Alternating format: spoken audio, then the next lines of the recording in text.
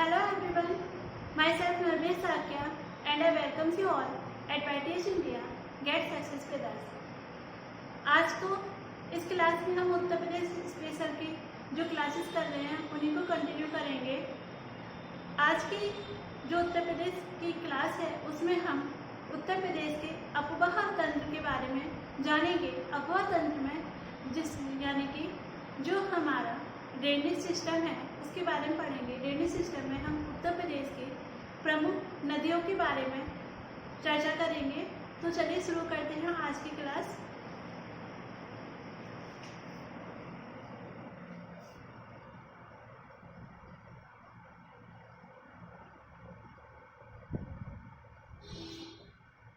उत्तर प्रदेश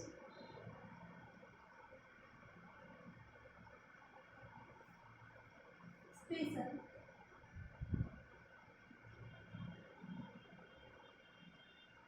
हिंदी में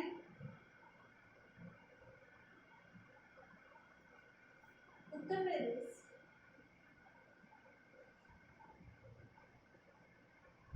विशेष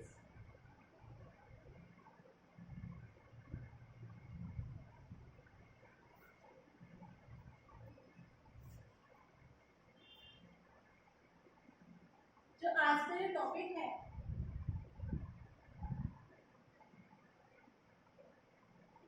topic for the class is अफवाह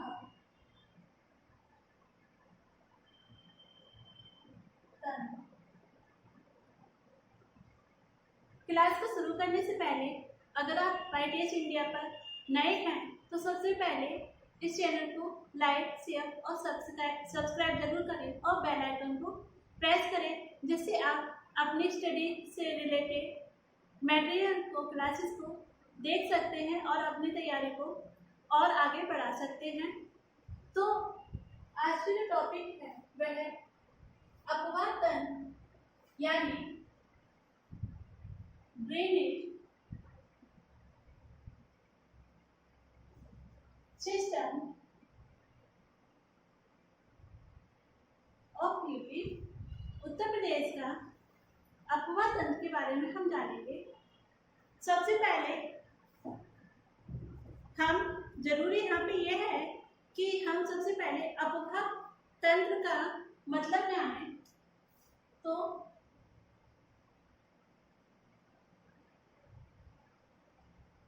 अफवाह तंत्र का अर्थ सबसे पहले इस क्लास में हम ये अफवाह तंत्र क्या है इसको समझने की कोशिश करते हैं। जब जो निश्चित वाहिकाओं द्वारा जल को प्रवाहित किया जाता है तो उसको हम अफवाह बोलते हैं। यानी कि कुछ निश्चित वाहिका है, इस तरीके से वह जल को लगातार प्रवाहित करती जा रही है, तो इस प्रक्रिया को हम बोलते हैं अफवाह। ये हुआ अफवाह। और जब इन वाहिकाओं का एक जाल बन जाता है, यानी बहुत सारी वाहिकाएं अपने जल को प्रवाहित करते हुए एक जाल की संरचना बनाती जाती हैं कुछ इस तरीके से, तो इस पूरे ये जो पूरा कार्य हुआ इसको हम बोलेंगे अफवाह तंत्र यानी ड्रेनेज सिस्टम। जब किसी एक निश्चित वाहिका द्वारा जल को प्रवाहित किया जाता है तो हम अफवाह बोलते हैं। जब अलग अलग वाहिकाएं एक जाल का रूप ले लेती हैं तो उसे हम अफवाह तंत्र कहते हैं। तो अगर इसको लिखते हैं तो कुछ इस तरीके से लिखेंगे।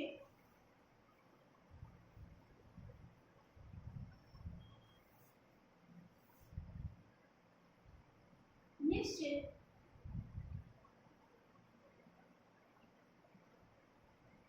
वाहिकाओं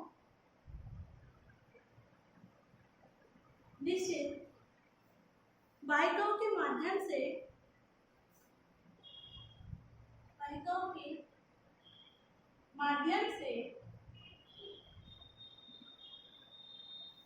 हो रहे जल प्रवाह को माध्यम से हो रहे जल प्रवाह को अपवाह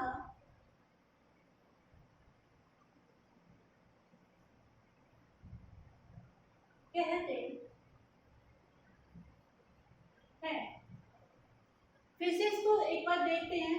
जब वाहिकाओं के द्वारा निश्चित वाहिकाओं के द्वारा जल के प्रवाह का माध्यम जल का निश्चित वाहिकाओं के द्वारा जल प्रवाह होता है, उसे अपवाह कहते हैं। और इन वाहिकाओं के जाल को इन वाहिकाओं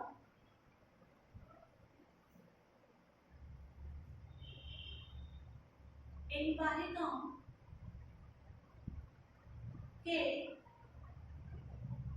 जाल को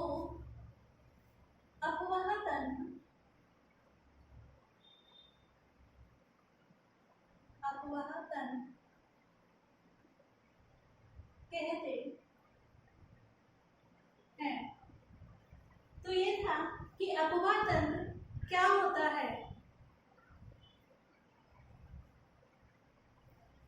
तो अब इसके देखते हैं कि अपवाह तंत्र के प्रकार क्या हैं। पहले हमने जाना कि अपवाह तंत्र क्या है। अब जानते हैं कि अपवाह तंत्र के प्रकार।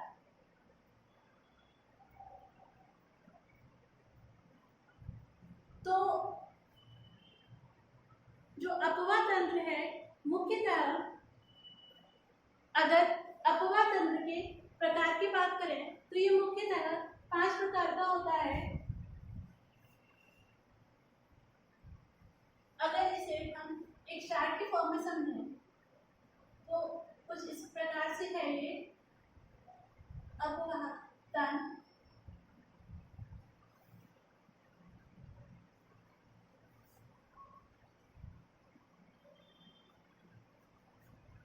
इसमें जो पहला प्रकार है वह है वृक्षाकार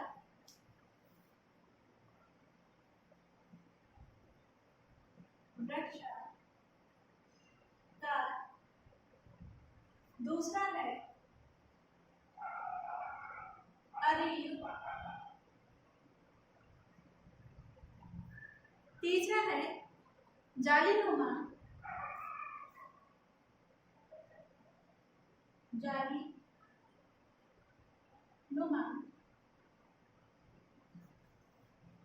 चौथा है अभिकेंद्रित,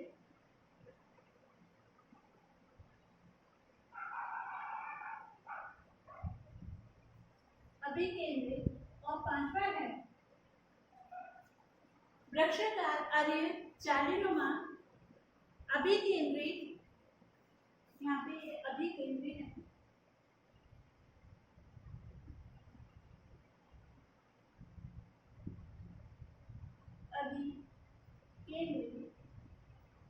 और लास्ट है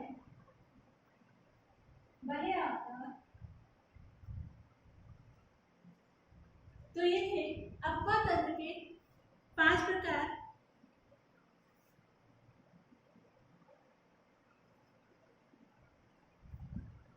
तो ये हुआ कि अपवाह तंत्र का क्या मतलब है। सबसे पहले हमने इसको समझा। फिर है अपवाह तंत्र कितने प्रकार का होता है। तो अपवाह तंत्र मुख्यतः 5 प्रकार का होता है, जिसमें वृक्षाकार, अरीव, जालीनुमा, अभिकेंद्रित और वलयाकार, इसके 5 प्रकार हैं अपवाह तंत्र के। अब पढ़ते हैं हम उत्तर प्रदेश के अपवाह तंत्र की ओर।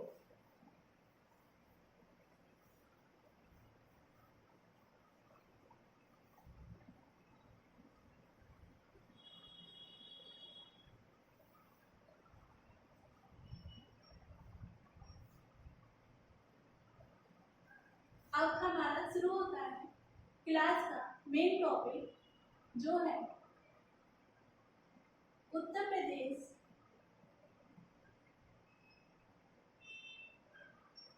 उत्तर प्रदेश के अफवाह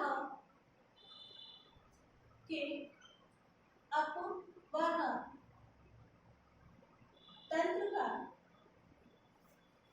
वर्गीकरण।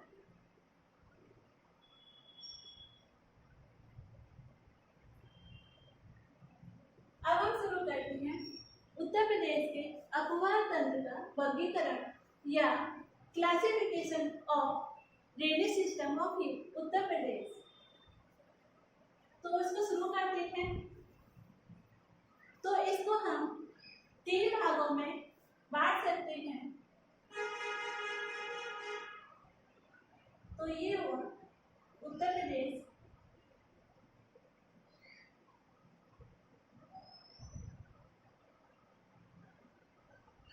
इसको हम 3 भागों में वर्गीकृत करके पढ़ेंगे या इसे समझेंगे। इसमें जो पहला है वह है हिमालय पर्वत श्रेणी से निकलने वाली नदियां। हिमालय पर्वत श्रेणी से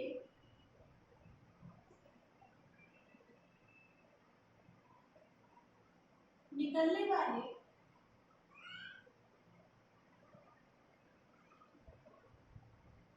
नदियां, यह पहला प्रकार। दूसरा है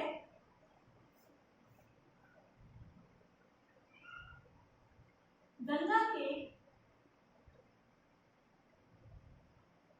मैदानी भाग से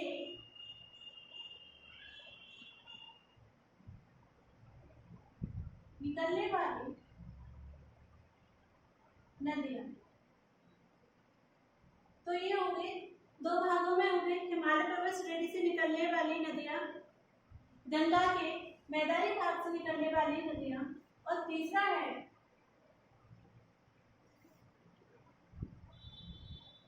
दक्षिण पठार से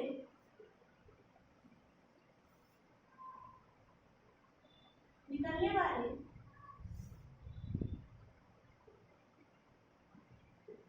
नदियां।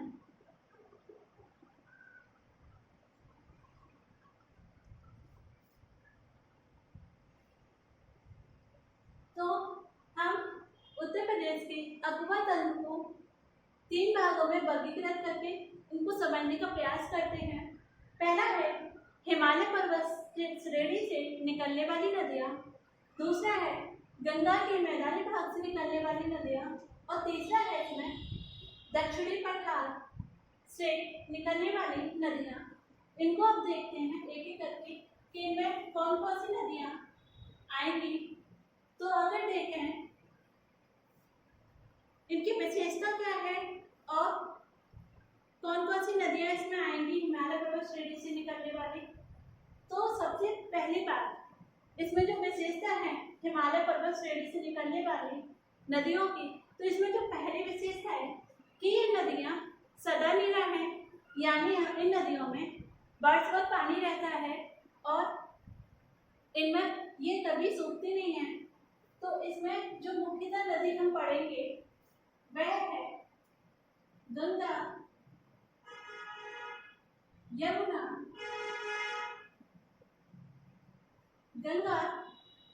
यमुना, शारदा, जिसे काली नदी भी बोलते हैं। गंगा, यमुना, शारदा, रामगंगा,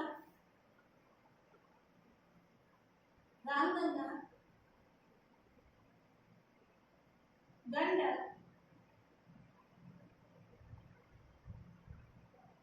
सरयू,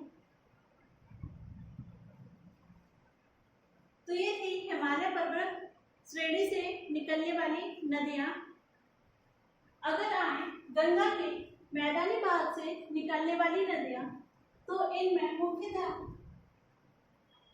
गोमती,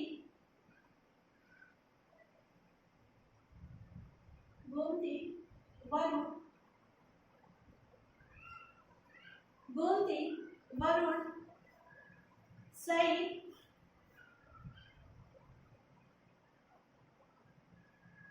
पांडु और ईसन नदी को पढ़ेंगे। अब है हमारा तीसरा वर्गीकरण, जिसमें जो कि है दक्षिणी पठार से निकलने वाली नदियां। इसमें जो मुख्य नदियां हैं वह है सोन, दक्षिण पठार से निकलने वाली प्रमुख नदियों में सोन नदी, रेहन,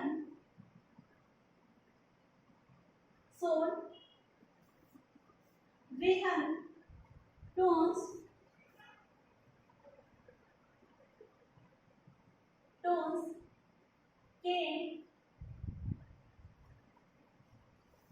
केन, चंबल,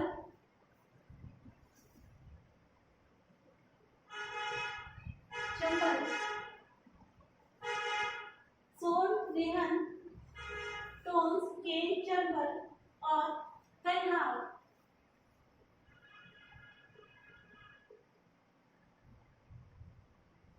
तो ये हुआ उत्तर प्रदेश के अपवाह तंत्र का वर्गीकरण, जिसको हम समझने के लिए इसको हमने 3 भागों में वर्गीकृत किया।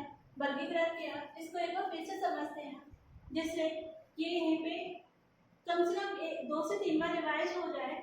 तो इसमें पहला जो वर्गीकरण है, हिमालय पर्वत श्रेणी से निकलने वाली नदियां, इसमें गंगा, यमुना, शारदा, काली नदी, रामगंगा, गंडक, सरयू को पढ़ेंगे। और जो हमारा दूसरा वर्गीकरण हमने किया, तो उसमें है गंगा के मैदानी भाग से निकलने वाली नदियां। इसमें गोमती, वरुण, सई, पांडु और ईसन नदी को पढ़ेंगे। तीसरा है दक्षिणी पठार से निकलने वाली नदियां। इसमें सोन, रेहन, टोंस, केन, चंबल और कन्हार नदी को पढ़ेंगे। तो ये थी आज की क्लास। इसमें हम सबसे पहले अपवाह तंत्र का अर्थ जाना, उसके प्रकार देखे और उत्तर प्रदेश के अपवाह तंत्र को समझने के दृष्टिकोण से हमने इसको 3 वर्गों में वर्गीकृत किया, जिससे यह समझने में आसानी हो। तो उत्तर प्रदेश की हम इन प्रमुख नदियों को अगली क्लास में पढ़ेंगे। तब तक के लिए take care, bye bye, do your best and get your aim with YTH India, get success with us. Thank you, take care, bye bye.